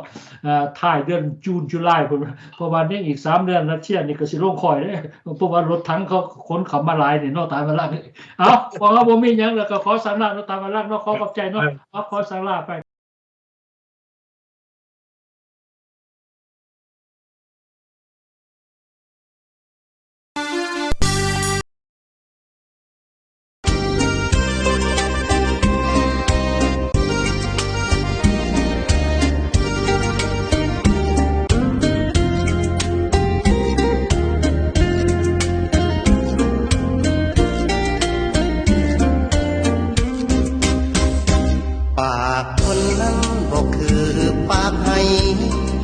ปากจังให้เฝ้าคิดดูปากแนวลาวปากเป็นกำป้ายสีดำให้เป็นขาวปากผู้นำแนวลาวปากกินแมงวันบ่เบื่อต่อไปนี้คนนี้จะขอเว้าฝากไปถึงผู้นำเฮาสอนเอาบุญจักเถื่อมีอำนาจแล้วอย่าโกงกินจนเหลือเฟืออย่ากินแมงวันบ่เบื่อเป็นเท่าอัปปีสีกบาลตายไปแล้วเขาให้โดนฟืนกระบองบองอยากบ่อยากก็ต้องยอมมาอยู่เมืองยมตะบานใหญ่ย้อนกินเขาพออยู่มานานประชาชนเขารำคาญเขาเอื้อมละอาทั้งแผ่นดิน ญาชนคนหนุ่มลาวลูกเราจงสามัคคีกันเข้าเพื่อโหมสร้างแผ่นดินต้องกล้าหน่อยถ้าอยากเป็นอัศวินเรื่องโหมสร้างแผ่นดินต้องเสียสละนะโวยปากบางคนปากพาจนปากประแดกสร้างแล้วโหมพัดแดกแง่พวกเพิ่นมันลอยถ้วยนักวิชาการอยู่วิชาเกินกันโวยสิปากเจ้าจริงลอยถ้วยเป็นนักการเมืองหรือควรเมืองห้องเพลงมาว่าถึงเวลาต้องปิดปากที่ถูกอย่างใดก็ขอฝากไว้ด้วยนักการเมืองอีลุงคนเฒ่าเจ้าอย่าได้โกรธเคืองอีพวกนักกินเมืองอย่าว่าแต่เขาเจ้าเป็นเอง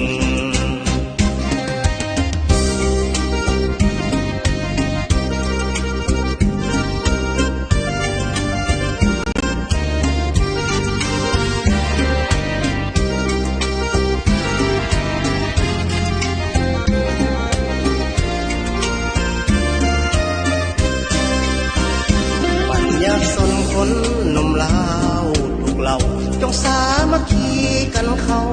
เพื่อโหมสร้างแผ่นดินต้องกล้าหน่อยถ้าอยากเป็นอัศวินเรื่องโหมสร้างแผ่นดินต้องเสียสละนะโวยปากบางคนปากพาจนปากประแดกสร้างแล้วโหมพัดแดกแง่พวกเพิ่นมันลอยถ้วยนักวิชาการหรือวิชาเกินกันโวยสิปากเจ้าจริงลอยถ้วยเป็นนักการเมืองหรือควรเมืองห้องเพลงมาพอถึงเวลาต้องปิดปากผิดถูกอย่างใดก็ขอฝากไว้ด้วยนักการเมืองอีหลวงคนเฒ่าเจ้าอย่าได้โกรธเคืองอีพวกนักกินเมืองอย่าว่าแต่เขาเจ้าเป็นเอง